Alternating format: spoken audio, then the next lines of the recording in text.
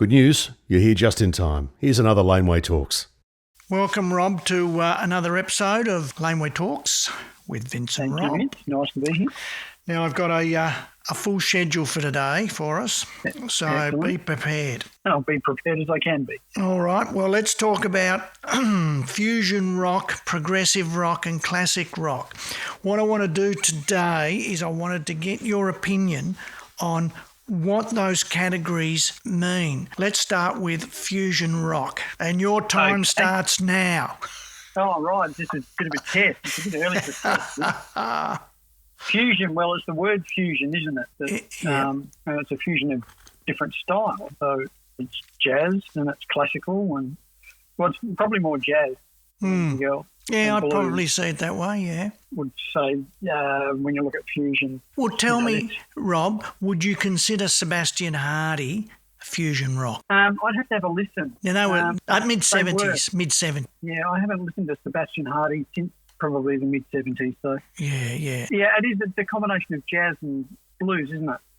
I would probably, I don't know about the blues. I would put jazz with rock, but I suppose you could call it rhythm and blues with rhythm and blues. Jazz. Yeah, well, the original style of rhythm and blues. Yeah. All right. Well, let's move to progressive rock then. What do you see as progressive rock? Well, progressive rock is exactly what the word means. It's progressive. It's sort of moving the style forward. So it embraces fusion. It's got more jazz elements. I think progressive rock's probably more classically based in compositional form. Yeah, if you went to Yes, that's classed as progressive rock, I would think.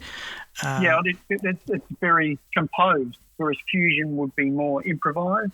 I think you're right too in the classical. There's some classical there. Yeah, well, that's what classical music stems from, and the style of it it's very composed and has a strict structure and follows form, and it's very technically advanced as well. So. Well, who would you consider progressive rock? Well, I'd have to say Rush. It'd be, probably the world leader. The most popular in that. See, Dream Theater. I didn't think they were progressive rock. I thought they were just a straight rock band. No, Rush is the top of Neil's won the number one progressive rock drummer for, decades, really. Right. So we class Rush as progressive rock. Yeah, absolutely. Yeah. Let's put our minds together and think of another band we consider progressive rock. Well, Dream Theater. Dream Theater. Well, that's going to be late 80s, early 90s? Yes. All right, Dream Theater. Okay. All right, now let's move to classic rock. Why do we call it classic rock? Well, because it's the beginnings and the origins, isn't it? It's like the classic rock bands are the ones that started the movement before, See, I wouldn't have seen it that way. I would have seen classic rock is straight out rhythm and blues rock. And it doesn't, obviously it started in the 70s, but for me anyway. But it doesn't matter. It can be in the 80s, 90s, 2000s. If it's rhythm and blues rock, then to me it's classic rock. Okay. So I have to look at some of the bands that we release at Laneway. Remora would be classic rock. I suppose there's some forms of Phil Manning and Matt Taylor on their own solo projects as classic rock as opposed to blues. Virgin Soldiers, I'd put them in the classic rock category for sure. We'd class in the Encyclopedia Metallicum and all those online databases we're classed as a proto-metal band. So what? Proton? Proto. Metal, as in, we were one of the first bands to really go down that heavier. Yeah, I've never come across that. So I call it proto-metal. Yeah. Right. There's all these subgenres of metal, and that's kind of where we're classed because, we're one of the first metal bands in Melbourne. Yeah, okay. So that's classed as proto-metal. So, in an earlier version of the Soldiers, it would have been classic rock, but it got more towards the metal thing. Yeah, okay. So that's our classic rock. Okay, I just wanted to clear those things up to see if we're thinking the same. So what would you class the following bands of? And I'm going to pick mid-70s bands, okay? Okay. Yep. Humble Pie. Oh, it's classic rock. Yeah, with a harder edge than classic, do you think? I think harder edge. Yeah, Steve Marriott. There's a guy in Melbourne who used to play drums for Steve Marriott and Humble Pie and Packet of Three, and Fallon Williams. I don't know whether you've come across Fallon at all. But, No, what's his name? Fallon Williams. Never heard of him. Yeah, he's been in Melbourne. Well, I met him in the late 80s. He did some clinics for me at Brashes, and he played with Steve Marriott. He'd just come from England, actually. Wow. Okay. Yeah. Well, I see Humble Pie as a... Yeah.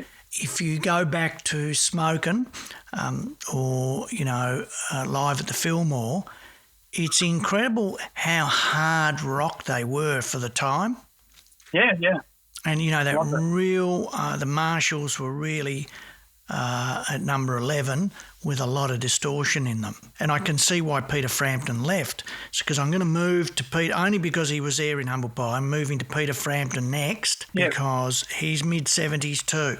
And I can see why he left Humble Pie when I see what he's doing. So what do you consider Peter Frampton? It's not really AOR, but it's kind of leaning towards that because, Frampton still rocks, but Frampton Comes Alive was a classic rock album, I think, of the time. It was number one forever, wasn't it? Well, interesting. I'll tell you a story about Peter Frampton is that I was putting together a Night Moves DVD many, many years ago, and I'd found, because we had all these old tapes of the show, and I'd found a clip of Peter Frampton live, and I hadn't seen it anywhere else.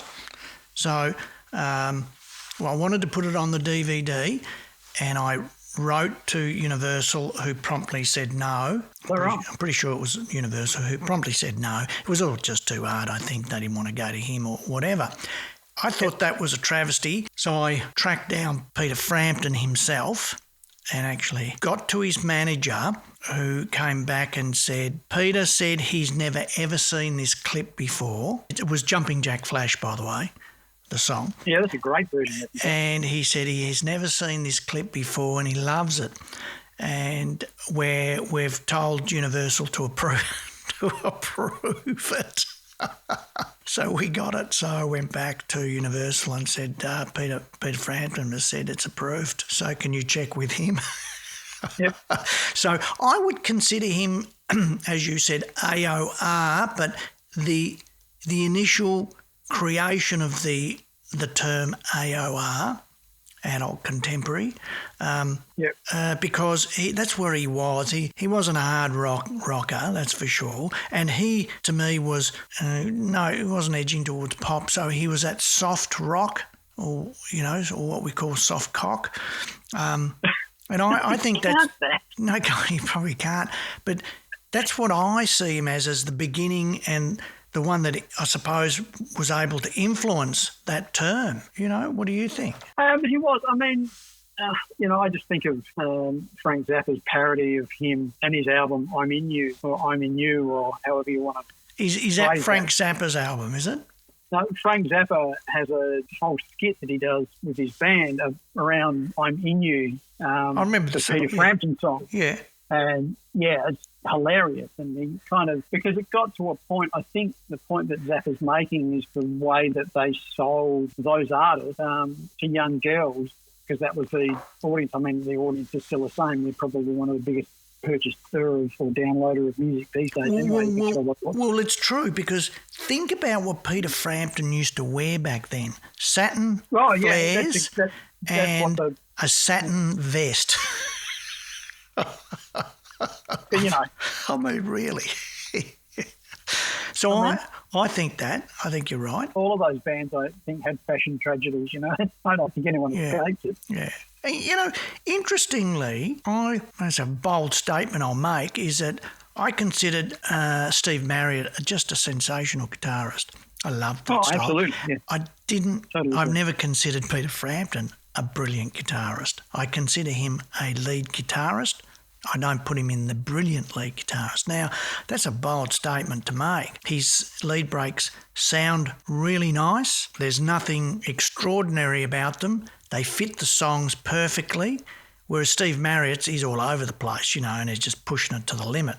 And I love that. anyway, that's my statement on that. Yeah, I mean, they're all distinctions, really, that, how do you define them? That's the tricky way. I found that in my research. How do you define where the lines are between the different styles of music? I mean, is it, because your Marshall's on 11, as you said before, or is it the aggressive way that they play the guitar? I mean, if you look at Pete Townsend, that's a really aggressive way to play the guitar. And what were the Who in all of this? The Who would be classic rock. Yeah, absolutely. But with the energy that they had, it's nearly, a punk sort of ethos that those guys started, because they were just maniacs. That's a pretty good way of putting it. I saw Frampton a couple of weeks ago on a thing that just came up on my feed, and it was with a couple of other guitar players. I don't think I can remember who it was, but he was shredding. Was he? Yeah, I mean, he's got the command of the instrument. I think having to judge him by what he released, I think it was probably very safe, so it sold. But you get him in a room where he's just on his own and ripping, or playing with a band that's pushing him. Yeah, I think you just said it then. He released what was safe because it sold, and that's how I saw his lead breaks. They were all safe lead breaks. Yeah, they were. Yeah. Now we move to Kiss. And I mean Kiss in Kiss and Hotter Than Hell. And basically getting dressed to kill. Right here, actually. Yeah, mate, a classic, right? So I was born and bred on that first album. So what do you think? What do you class them as back then? Oh, I mean, that's classic rock. It's very riff-based. I mean, that album, Hotter Than Hell, I bought Alive when it came out, because I had no idea of who this band was. I saw it in TC Records, which is my local record store, and the album cover grabbed me. I actually saw. You mean Alive? You mean Alive or the original? Alive, yeah. Alive. And you got the booklet with it, did you? Because I've got the booklet with it. So when it came out originally, you got like a 12-page colour glossy booklet. Unbelievable. No, I mean, I bought it when it came out, and it didn't come with that. But, no, it didn't later. They must have done it for the first 10,000 or something. To it. You used to go into a record shop and you'd ask them if you could play a couple of tracks off it, and you'd go down and you'd go to the headphone booth and you'd turn the headphones up, and it came on and it just blew my mind. I went, wow, who is this? Yeah. I mean, I took it home and I played it. My dad got home from work and he just screamed at me. He said, turn this shit off. Yeah. And I went, beauty, it's a winner. But then I went and I bought Kiss, and I bought Hotter Than Hell, and I bought Dress to Kill. And the energy in those albums wasn't the same as what Alive was. And I found it very difficult to listen to those albums. Right. Whereas I love those three albums. Hotter Than Hell and Dress to Kill and Kiss, because love them. They weren't the versions that I loved. The versions that I loved were how they played it live. Isn't that the epitome of how different we are, Rob? And we have our differences of opinion. And I love those first three albums, and I think the Alive album is the worst live recording I've ever heard. Really? Yeah. Wow, that blows my mind. I never liked the recording. There was way too much audience on there, and I wanted to listen to the band. But remember, we go back to you listen to lyrics, and you can interpret the lyrics, whereas I have no interest in what the lyric is. I'm interested in the music and how the vocal joins with the music. So that doesn't surprise me. But that's Kiss. So, but let's go back to, what are we classing Kiss as? Well, it's classic rock. Classic rock? Classic rock, yeah. On the edge of something else, but classic rock, but on the edge of a little bit more refined, but I don't know why. Yeah, but I mean, it's hard rock. Yeah. That was just normal rock at that stage anyway. Yeah. All right, now we move to Judas Priest. Now, before you say anything, we are limiting this to the first two. You can go to the third album, but only just. But the first two albums, all right? Rock-a-Roller and Sad Wings of Destiny. Okay. All right? Come on, give me your thoughts. Well, I didn't get into Priest until I started playing in the Virgin Soldiers, which wasn't until 85. So mate, they were old men by then. Well, yeah, pretty much. But it wasn't really a band that I'd even really heard of. But the Soldiers boys were right into it. We did a couple of Priest covers. And then we had a DVD, it wasn't a DVD, a video of one of the live concerts that they did, which was just massive. And I thought they were amazing.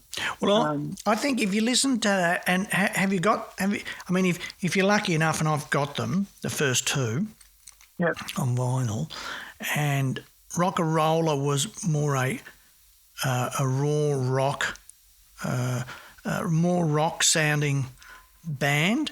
And then Sad Wings of Destiny was a very polished style of their own, classic rock on the edge of something else. Now, you might go, well, they're metal, right?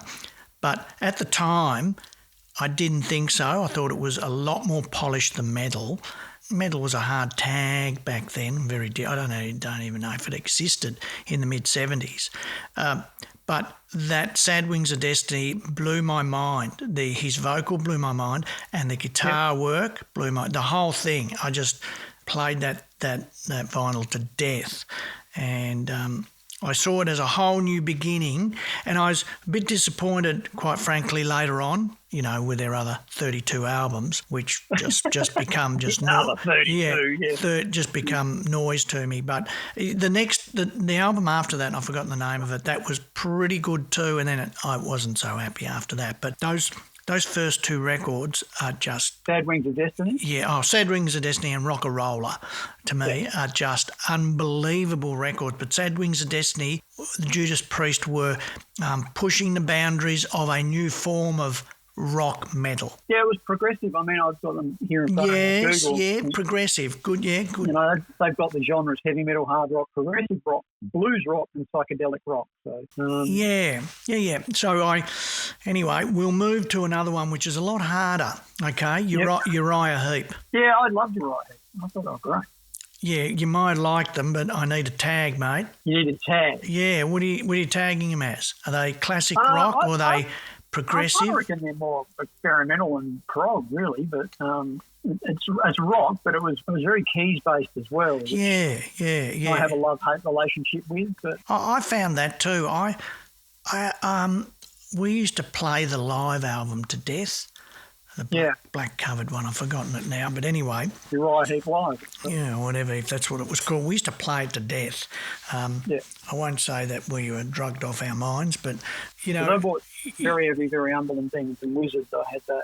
Oh, yeah. Well, we used to play that live one, and we thought that was pretty good. I mean, if you're tripping a bit, it was pretty damn good. But I listen to it now, and I find it so dated. It, to me, hasn't weathered the test of time. I mean, have you? Okay. I need you. I'm going to ask you next week. Go back and have a listen to that album, and tell me whether you listen now and go, that's dated. All right? Yeah, I would agree with you anyway, without even listening to it. Yes, it is, because I have, and I do listen to Uriah Heep. There's one of the bands I listen to from time to time to sort of go, do I still like it? And then I go, not really, because it is dated. But it's great. It's great music, and I think they're a great band. And he went off when David Byron left. He formed another band called, I think it was Black Diamond, or I've got the vinyl, and it's actually a really good record, but it did absolutely nothing. I think he was all over. But where did Mick Box end up going? I don't know. I know the David Byron one. I followed him, and I think it was called Black Diamonds. I'll look it up. I'll go through my vinyl. Now here's a really easy one for you, okay? Deep Purple. Oh, it's classic rock. It's classic rock, is it? Yeah. So is it quintessential classic rock, is it? Absolutely. Right, okay. I think those Purple were untouchable. You're a big fan, are you? In the Made in Japan era, I have always been. I had got in rock. I mean, the first single I ever bought was Black Knight. I wasted all my pocket money one holidays just playing Black Knight in the jukebox. Aren't you sick of that song now? Black Knight, I'm sick of that song. Yeah. It's like Smoke on the Water. Played it so many times. Smoke on the Water, don't ever ask me to play that song, all right? I mean, I've got 5 good album. What about Burn? Burn was a classic record. I struggled when Richie left. Did you? And Roger left. Yeah, I really had trouble when I heard Burn. I went, it's not the same band. I found every song. I mean, I got into it. I mean, I saw that lineup with Tommy Bolin here in Adelaide, but I was the Mark II version is the version for me of that band. And as I said, they were on fire. And like with Smoke on the Water, I've actually working on that with a student at the moment, and I've got this software called Ripec, and it separates all the tracks of the mix. And listening to Ian Pace's drums, and I mean, they were recorded in a hallway in a hotel, it's like when you listen to the quality of sound and the playing and what he does, when you separate those tracks like that, it's brilliant. And I really always thought he was a great drummer. I really think the thing that held that whole band together was John Lord's keyboard sound. Richie was the spice over the top, but John Lord was, because he was running through Marshall, it sounded like a guitar, but it wasn't. It was really clever the way they blended those instruments. Yeah, it's true. Yeah, actually, I've never thought about that. And the way they blended was very nice. No, all right, We're moving on. Black Sabbath, straightforward, easy one for you.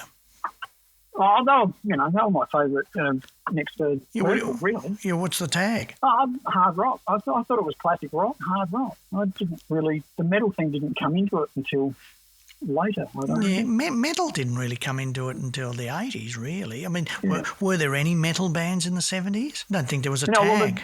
Was there? The tag didn't exist. I mean, it was Steppenwolf that made the line, Heavy Metal Thunder, in Born to Be Wild. But, there's another band, Steppenwolf, you put them in classic rock as well. They were super heavy, but they were more late 60s, early 70s, weren't they? I mean, when I think of Sabbath, I always think of Taste, and I think of that first album, right? The second album, pretty lame. Have a bit of a chuckle about that with Joey Amenta. I said they were obviously fantasising. They were going to be, knights of the... Knights of love. Yeah, or, they were going to be knights of the round table.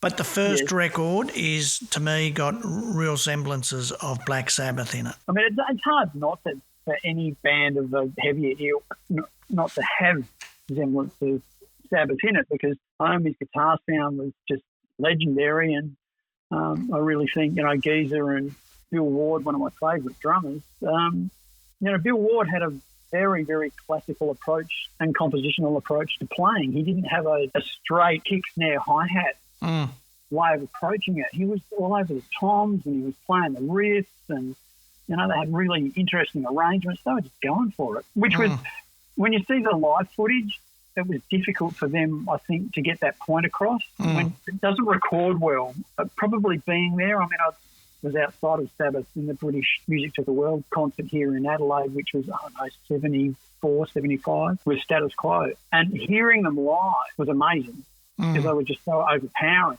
But when you actually watch that footage from an old DVD or video, it doesn't seem to come across. It seems very dry. So it's lost in translation, I think. So we class them as straight classic rock. I'd say classic rock, yeah.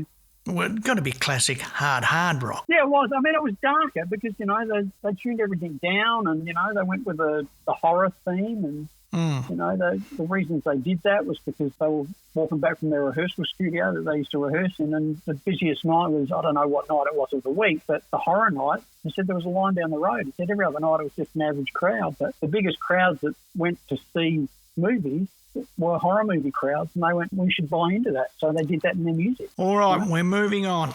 We're moving on to PFM Cook, and you were asked last week as my student to look at PFM Cook and tell me what you thought. Well, it's progressive. I mean, I saw the album that they played with Ian Anderson, which I thought was wonderful because I'm a huge Jethro Tull fan as well. And yeah, I mean, it sounded like Tull, really. It was progressive. It was very well played. It's probably, because it's not in English, it's a little bit difficult for me to relate to, but yeah. Well, they do bring in a lot of traditional instruments into their music. They did, and having Ian Anderson playing with them with the flute and his vocal stylings as well was quite an interesting approach. Because they did Borate, which is a great Jethro Tull track, which I'd played before. Yeah. So that was really nice to hear the interpretation of that, because it's very jazz, very swung. Yeah. That's definitely fusion. Yeah. Definitely. Yeah, I'd say the same thing. Bring it to fusion rock. Now, so then I want to put it in contrast to the Scorpions, who I didn't ask you to listen to, but the Scorpions, and I suppose you could put it across to the Michael Schenker group too, but what do you think of that? I mean, I like the Scorpions. I think, it's another very straight, very German, strict style of playing, which I can find is a little bit dry at times. I agree. Nice. Everybody used to say to me, you got to listen to the Scorpions, they're a really hard rock band. And I listened to them and I thought, well, they're not that hard rock. I didn't think they were that hard rock, and I thought the drumming was very straightforward. It just slotted in there, and that was that. Whereas Michael Schenker, I see a little bit further towards the hard rock. Yeah, I mean, Cozy Power played with Michael Schenker in the Michael Schenker group, which is good because I love Cozy because I saw him with Rainbow here. I like his solo stuff. He's probably one of the only drummers to ever have a top 10 hit single on his own. Have you got that album? I've got his vinyl album. Which one? Cozy? I think Dance it's to the just Devil? yeah. I think that's it. The first one. I had it. I've lost a lot of vinyl over the years, but different, parties and. So that's Scorpions. Okay. So all right. Yep. Okay, now I'm going to move across to a different topic. I'm pushing you this week. You're really having to give some answers. What are your thoughts on government support for the music industry here in Australia? Very confusing. It's also very, I don't know, it's a bit cloak and dagger, isn't it? You can't get any truth out of people. Well, if you knew anybody that got some funds, well, mate, you need to let me know because I don't know anybody's got any funds. That's exactly my point. And I think I made this point with you in our first chat that we had on Laneway Talks. It was about the people that have those arts portfolios and where the funding for music goes. It's just I don't understand why they're not artists, why they're not musicians, why they're not in the industry, why they're not some sort of... We don't really have any representation at a higher government level, and that worries me. Look, there is some in the Australia Arts Council and things like that. They put them on the boards, and I do have a chuckle. It's always more... Yeah, but tell me what they do. Well, it's always more a left-wing artist than it is a contemporary artist. I can tell you that. That's for sure. And we used to always refer to all these government bodies, whether it be Music Victoria or Australian Arts Council, as the indie mafia because they were very indie orientated and they awarded funds to a lot of real indie artists. I remember the classic one we all had a chuckle about and belly laugh was that they'd given, I don't know, it was like 20 grand or something to an artist who was he'd applied, he was going to Canada to busk for 12 months to try and build his career. He took a jacket. That's what he was doing. He was busking, and that's why they gave him the money. And we just we couldn't believe it. We never used to encourage any of our artists to apply because we'd say, look, the amount of time that you'll spend applying. I know. And the disappointment, and the disappointment that you'll get, Rob, is a waste of your creative time, talents. You need to actually be creating new music, and that's what will be your future, not those organisations that are there simply as public servants. And I got to say, honestly, I hate them. I just don't like what they do, and it is so clandestine, and you can't get to any of them. I remember a classic many, many, many, many years ago because I'm 62 and multimedia was just starting and we'd started a little company to put together a multimedia CD and that's what they were back then. And I won't even tell you what the topic was. Anyway, I think we'd secured like $20,000, $25,000, which was a lot of money back then to develop it. And the money was given to us to develop it to a stage to on-sell it to a major developer. So we were to get it to the concept stage and then sell it on and then get the money back. And it was a loan from the government, although they'd never ever seen any money back, okay, on multimedia. They'd never seen any money back. And so we ended up building the whole thing. We didn't tell them. We built the whole product. We'd packaged it and we'd sold it and we went in and we said, here's a cheque for $20,000. We've, made the money back and now we're starting to make some money. And, oh, mate, did they haul us over the coals. They virtually were going to take action against us because the contract was to concept stage and to on-sell it to a developer to then develop and yada, yada, yada. What was even funnier, we were then nominated for the top award that year in multimedia and we didn't win it, but we were in the top 5 or whatever that were there, that were nominated. But the whatever it was called, Multimedia Victoria, they were going to take legal action against us. That's the insanity, and we paid them their money back. Do you believe it? Anyway, it's I'm flabbergasted. This is part of what goes on with these government support agencies, and what they see is what's required to pursue the industry or grow the industry.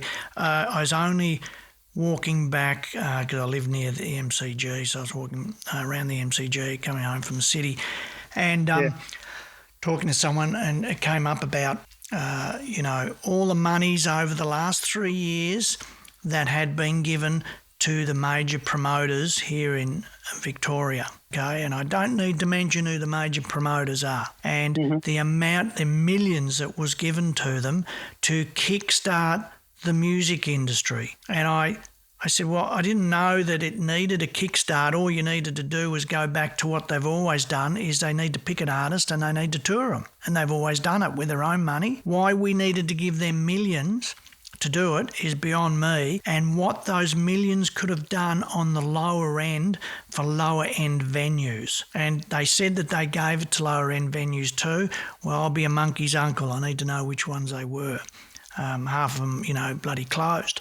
So, that was just another example of government for big business corporations, because that's what those big promoters are. They're corporations. And yes, but they're not very transparent. There's no transparency with any of it. As you said, it's cloak and dagger. So you don't really know what's going on, other than it'd be all shots for the boys. It sounds like. Oh, absolutely. You'd never get to the detail because it'd all be hidden under secrecy acts that it's on a needs-to-know basis. So just classic stuff of where what it brings me back to all the time is just create your music and get out there and do it. I'm off to see some bands tonight, one of our bands called Southbound Snake Charmers. I don't know if you've heard of them, Rob. Okay. And we're doing... I did mention them a couple of shows back, I think, in that I've been mentoring the band, and we're working towards more accessible songs. Their songs are really good, we write, and that's why we brought them on board. But they were wondering why they weren't getting as many streams. And I said, look, I think what you need to do is you need to angle your music a little bit more and make it more accessible. Yeah. And that takes a little bit of work. It might sound easy, but it does take work when you write with a certain style. And we've been working on that. And their last video got 98,000. They were spewing 98,500 streams. Anyway, so, they were trying to push it to that 100,000. They asked us, could we do it? And I said, no. I said, we've supported it. We just got it to that. It's not about hitting the 100. That won't make any difference. What we need is, where's your next song? And let's get that ready, because that's what it's about. But they're doing quite well. Anyway, they're playing tonight. I'm going to see them, and there's where's that playing? At the Last Chance Rock and Roll Bar, which is a great bar here in Melbourne, right? And the venue is so pro live music. And there's a couple of other, they're more these are bluesy, swampy blues type thing, and a couple of other blues bands playing too. So I call it that. It's in my alternative indie rock playlist. Remember I mentioned that.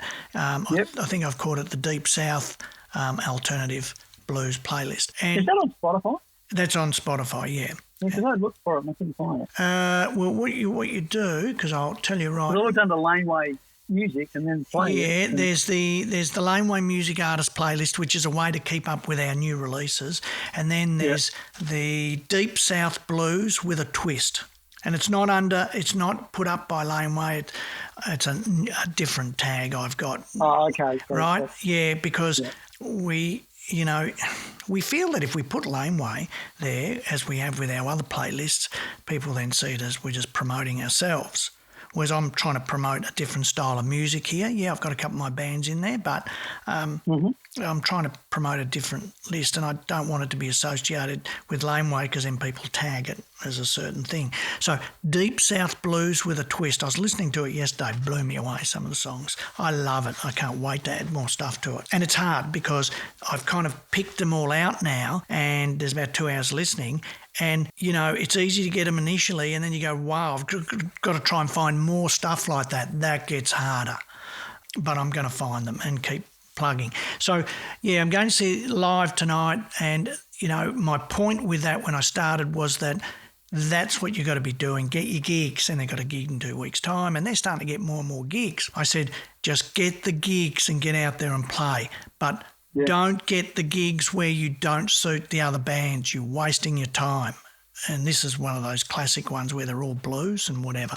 So the government support thing is, I'd like to talk about it more at another stage when I'll delve into it a bit more. I find that it's clandestine work with government agencies, with other corporations and indie mafia, that the money will never go anywhere else. And as a young person trying to break into industry, you haven't got a hope there. They'll just discount you in 2 seconds. I dislike them for all they represent, in that it's a little group that festers for themselves. Anyway, biggest now. This is the big one now, is because we're in 224. The biggest songs of 223. I'm going to blow you away with some of these figures because they're not that good and some are good, right? So the biggest song for 223 is, I should do the old. Do you want a drum roll? There you go. I'll do a bit of Foo Fighters there. Sideways on my practice pad. Yeah. Is Miley Cyrus.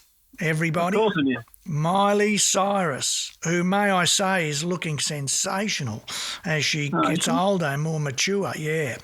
And that was with her songs Flowers, We Can't Stop, Wrecking Ball. Of course, we all know Wrecking Ball. Now, that got there with 198 video and audio streams, 198 million. Say that figure again. 198 million. The amount of money, if she's done a sensible deal with the majors, and she should be on a 50-50 with them because of her, other bands can't do that, but because she already had a name and she's bankable, right?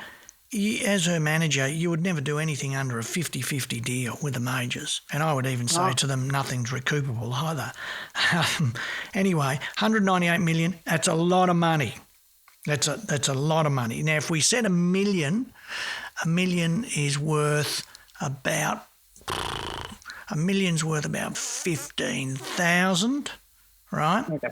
So we're going to 100, right? So, go up and up and up. So there's millions there. Then, but this is the downside of all this, which is realistic.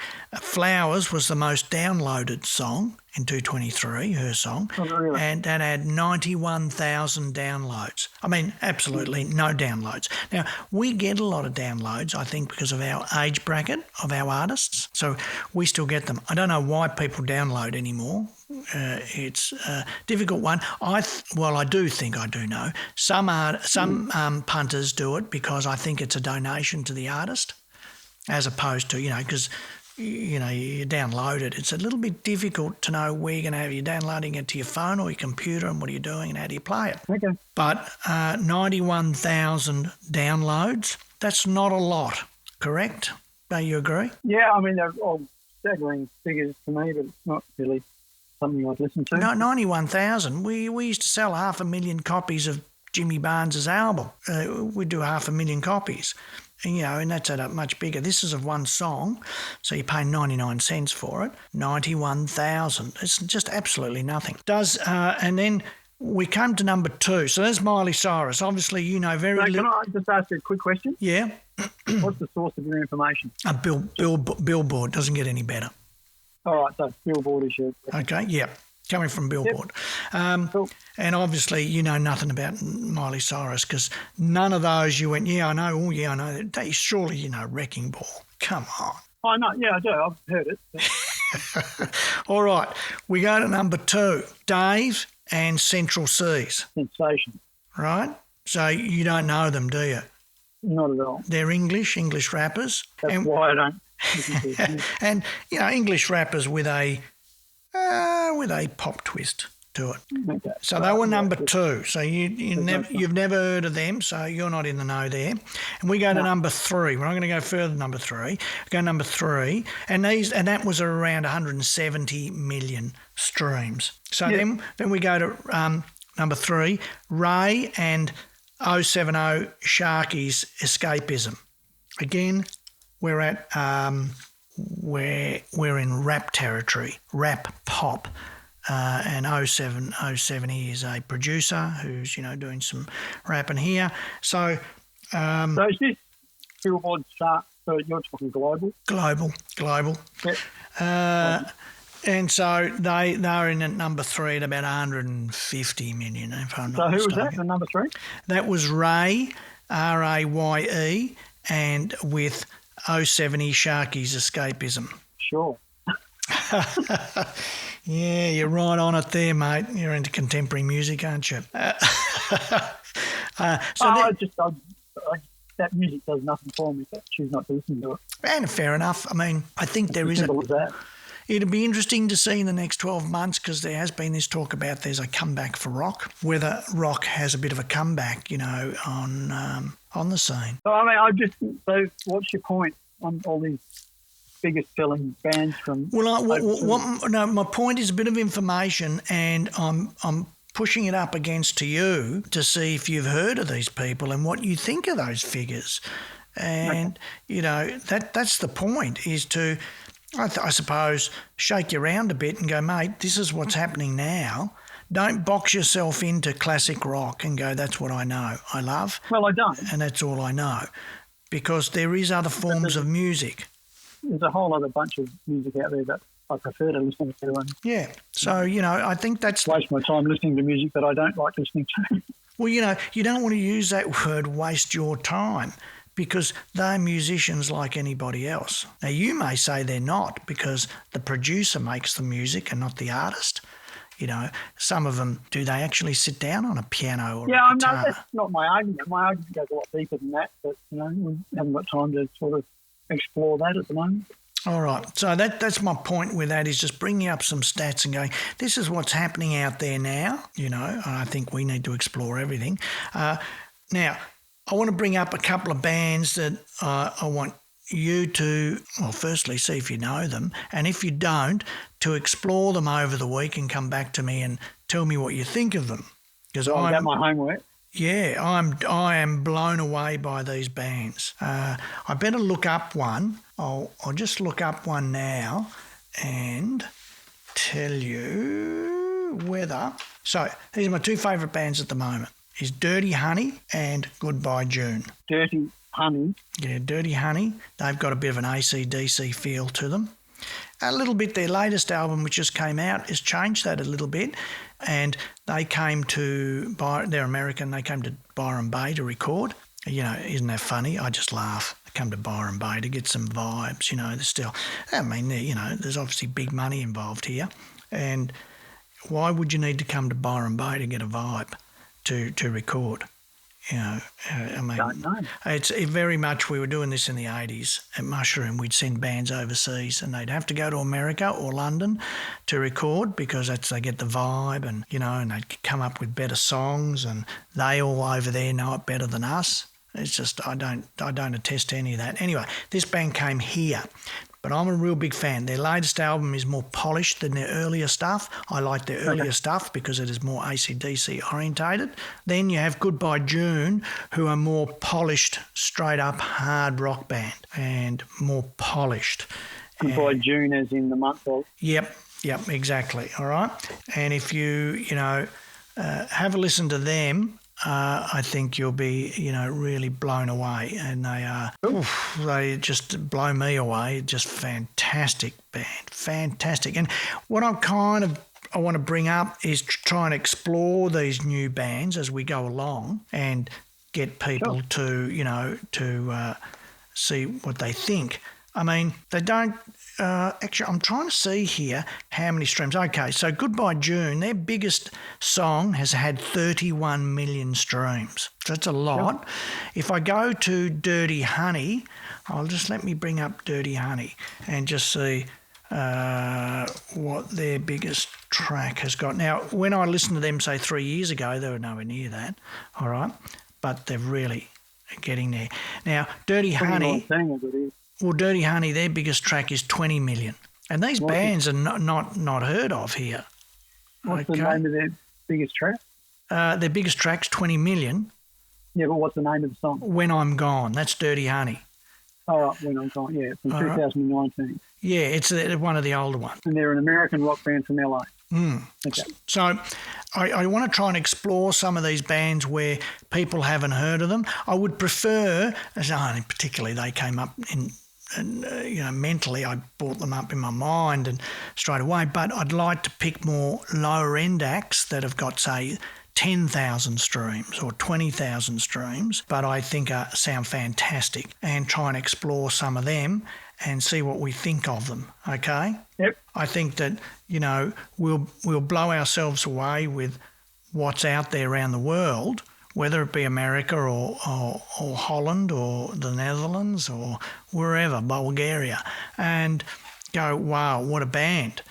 And, and the other thing is, how do you, in this new world, in the old days, I'd just go into a record store when I was a young lad, and you'd flick through the vinyl and that's how you try and pick out. But now it's trying to do it through Spotify, who we all hate, of course. Well, I've got Apple Music in front of me. But... Yeah. We don't particularly like them too much either. So, it's trying to see, well, how do I discover these bands? And YouTube, isn't it?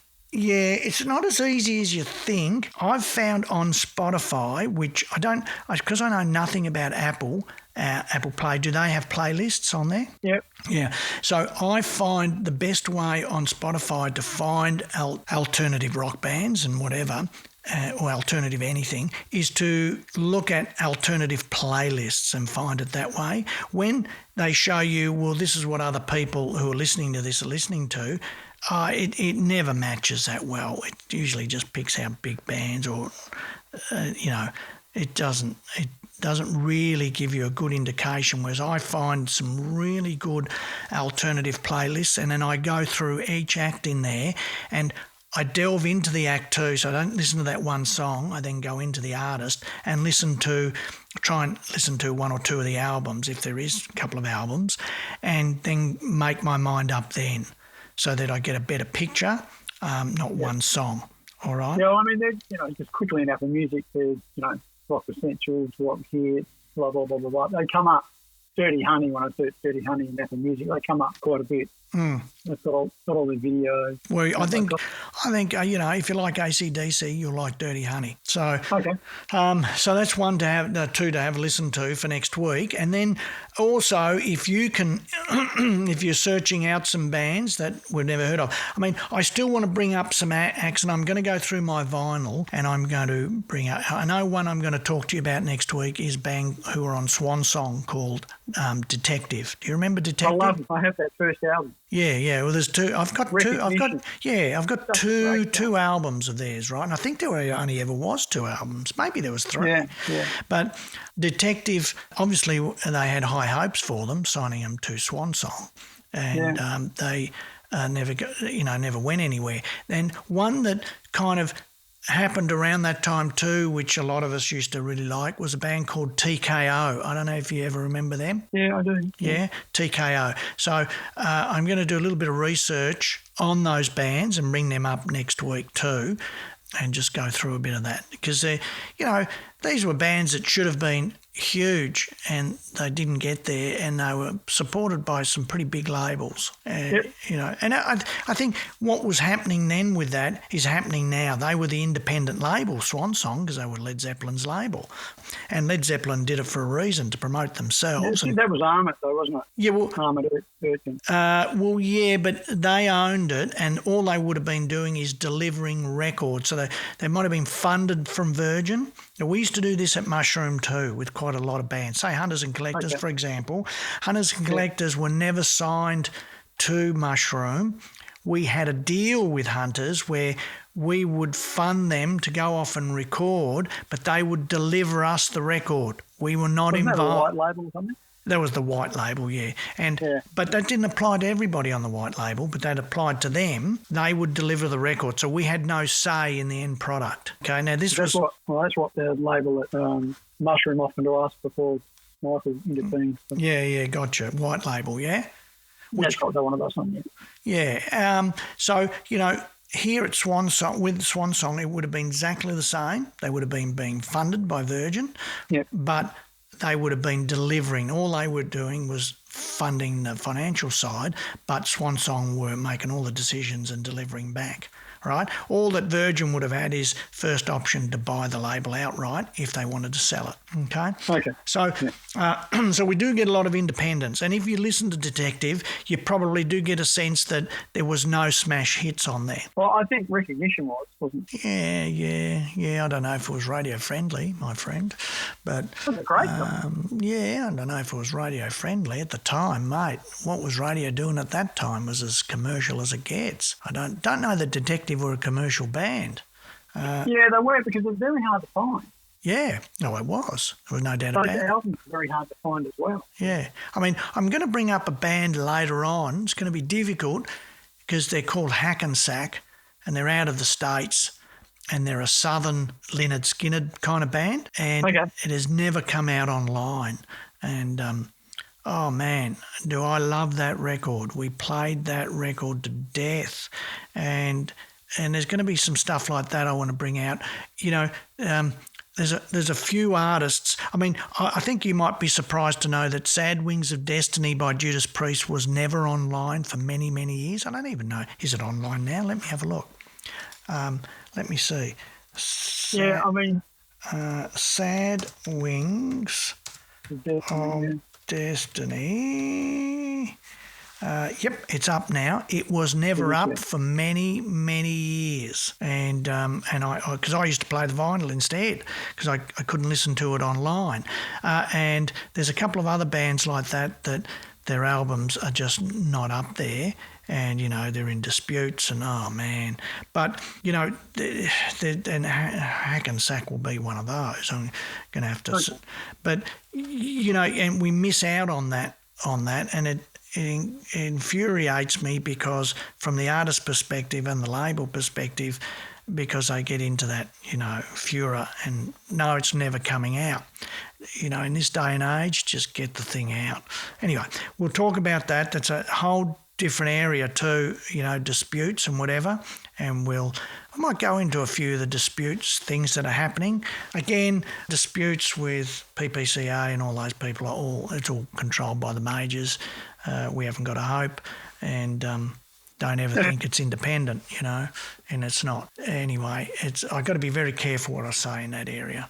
So that's about all for today, I think. All right. And I'll send you a bit of a message with those couple of albums to listen to and see Can where... I give you a couple? Yeah, absolutely. I need, you know, I have a yearning, Rob, to discover new music, a yearning. You know, there's got to be stuff I've never heard of. A band called Gone to Earth. Who? Gone to Earth. Well, hold on. Everybody can hear my paper rattling around there. So it's called Gone to Earth. All right. Where are they from? Adelaide. Oh, well, is it actually online? Yes, it is. Yeah. I'm looking at it now. Okay, all right. So I'm going to have a listen to them, yeah? And King of the North was the other one. Well, King of the North we all know of. King of the, you know. Gone to Earth is I'm a big fan of King of the North. I mean, they're the two-piece band, correct? Yeah. Yeah. Danny Leo. Yeah, they do great stuff. But he was in the shop last week and he's released a whole bunch of solo stuff as well. So in King of the North, you can find the link to Danny Leo's. You know, there's these local bands like, you know, Kingswood, who you would know of. I think Kingswood are great. You know, yeah, and, you know, King Gizzard and the Lizard Wizard, just fantastic. A lot of these bands who are completely independent and doing it themselves and who have done so well. And I hand it to them. These are smart lads that don't need a major label. And, you know, whether they go far enough to cement their long-term career, that's probably one criticism I give them, is that don't think of the just now, think about in 20 years' time.